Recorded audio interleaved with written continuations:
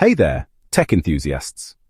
Today, I'm diving into the world of network security to give you the lowdown on some of the most common network attacks and how you can protect your infrastructure against them. So, let's get started. First up, distributed denial of service or DDoS attacks. This involves overwhelming your server, service, or network with a flood of traffic from multiple sources, making it inaccessible to legitimate users.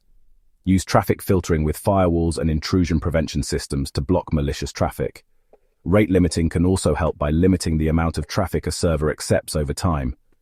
DDoS protection services like Cloudflare, Akamai, or AWS Shield offer dedicated protection. And don't forget redundancy and load balancing to distribute traffic across multiple servers.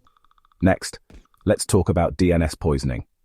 This attack corrupts the DNS cache of a resolver, redirecting legitimate traffic to malicious websites. Implement DNSSEC to ensure the authenticity of DNS responses. Regularly monitor DNS traffic for unusual patterns. And use cache integrity checking tools to verify DNS cache entries. Moving on to ARP poisoning. In this attack, an attacker sends falsified ARP messages to a local network, linking their MAC address with the IP address of a legitimate device. Configure static ARP entries to prevent unauthorized modifications. Network segmentation can limit the spread of ARP poisoning. Enable dynamic ARP inspection on your switches to verify ARP packets.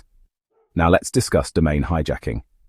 This occurs when an attacker gains unauthorized control over a domain name, redirecting traffic and potentially compromising sensitive information. Enable domain locking to prevent unauthorized changes. Use two-factor authentication for domain registrar accounts. And conduct regular security audits of domain settings. Another attack to be aware of is MAC flooding. This involves overwhelming a network switch's MAC address table with fake MAC addresses, causing it to broadcast traffic to all ports. Configure port security on switches to limit the number of MAC addresses per port. Using virtual LANs or VLANs can contain broadcast domains and limit the impact of MAC flooding. Continuous network monitoring is essential to detect signs of MAC flooding attacks. Lastly, we have MAC cloning. Here, an attacker changes their device's MAC address to match another device on the network.